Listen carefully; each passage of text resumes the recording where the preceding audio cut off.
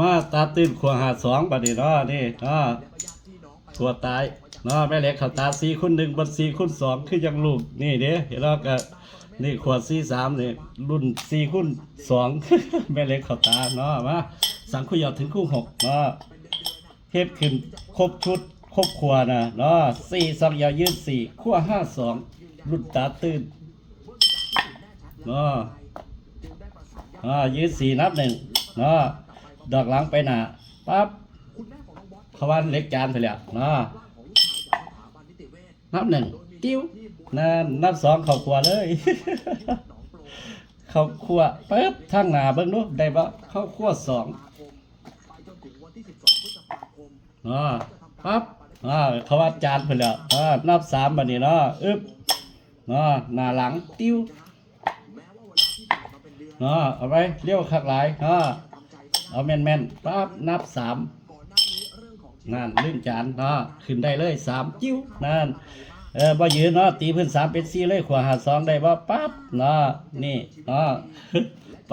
ปัดจานตีพื้น3เป็น4แม่นเป๊ะนับ5เข้าขวาต่อเลยนี่อึ๊บ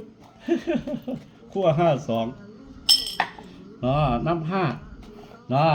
ตีพื้น5ยืน5ซะก่อนเพราะว่ามันต้องขวานี่ยืน5ยืนขั้วได้ไหมขั้ว52ยืนขั้วเนี่ยมันบ่ตอกแล้วบัดนี้เฮ็ดจังได๋ก็นับ6กับ6หงายออกทันตัวบัดนี้มันได้ซ่อมกลับทางกันแล้วนับ6ติ้วตีพื้น6เป็นเดียวได้บ่ยืน6ซะก่อนปั๊บยืน6